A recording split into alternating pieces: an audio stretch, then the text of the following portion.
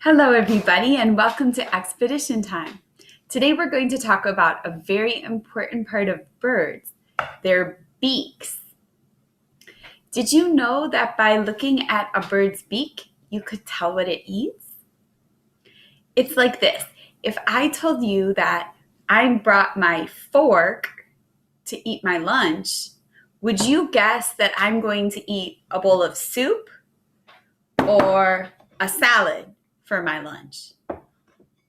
A salad, right? Because I can't eat soup with a fork. So we use tools like forks to help us eat, but birds have their eating tools built into their beaks. That's why looking at birds' beaks can help scientists figure out what the birds eat. Let's read this book about birds and compare the bird's beak to tools you might have around your house.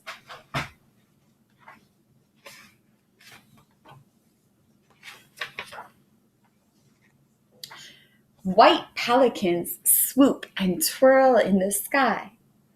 White pelicans scoop fish out of shallow water. They have a large beak and a big pouch. So their beak is kind of like this ladle that you use to scoop up soup. It scoops up the fish out of the water. A California gull has a red and black streak on its beak. It eats starfish and clams. It also eats dead fish and other small animals on the beach. It even eats garbage. So it eats some stuff that doesn't sound too yummy to me. But its beak is like something I use in the kitchen sometimes. It's like these tongs to grab.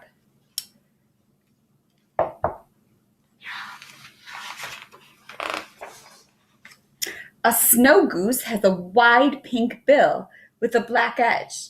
It eats plants in fields and marshes. Also, a beak kind of like this. A duck's beak can be black, yellow, orange, or green. A duck's beak works like a strainer, like this. It laps up water. The water spills out, and the bill is filled with treats like mosquitoes. Just like when I make spaghetti, I might pour it into a strainer, and the part that I want to eat stays here, and the water spills out.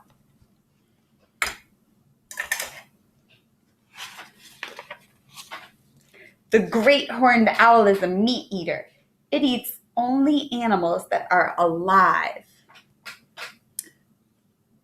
It has a strong beak and sharp claws. So it is using kind of like a fork and knife in its beak to cut up the animals that it's eating. A red-tailed hawk eats meat with its sharp beak, kind of like the owl. How about a lizard for lunch? Munch, munch. They both have sharp beaks.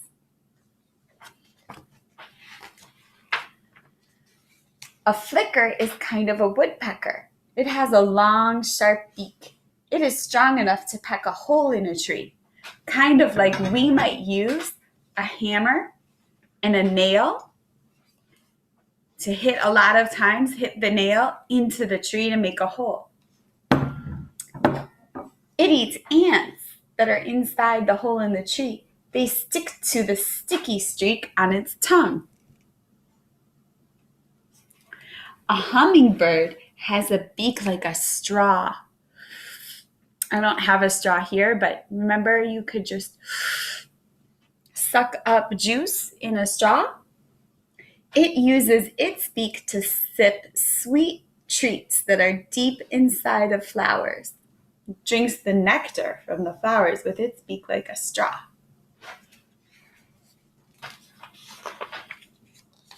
A finch is interesting. Beaks in the finch family come in different shapes. Finches that eat seeds have strong beaks.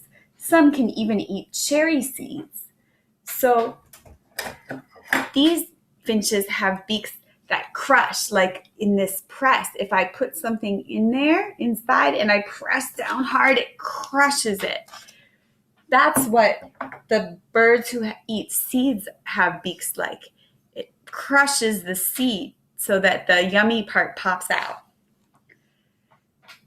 Some finches use their beaks to find bugs and eat bugs.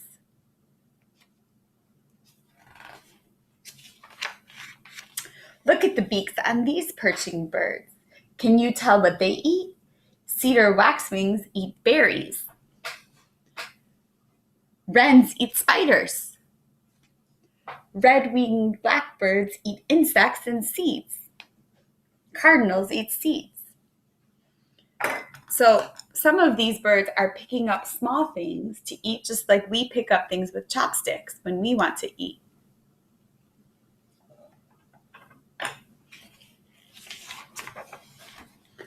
A bird feeder or a garden seat will give you a chance to sneak a peek at all kinds of beaks.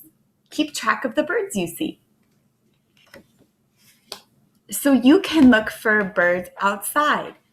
And if you see them eating, notice what they're eating. Even if you don't see them eating, look at the shape of their beak and think, what kind of food might that bird want to eat? What kind of food is its beak good for eating? Have fun being an ornithologist. Talk to you later.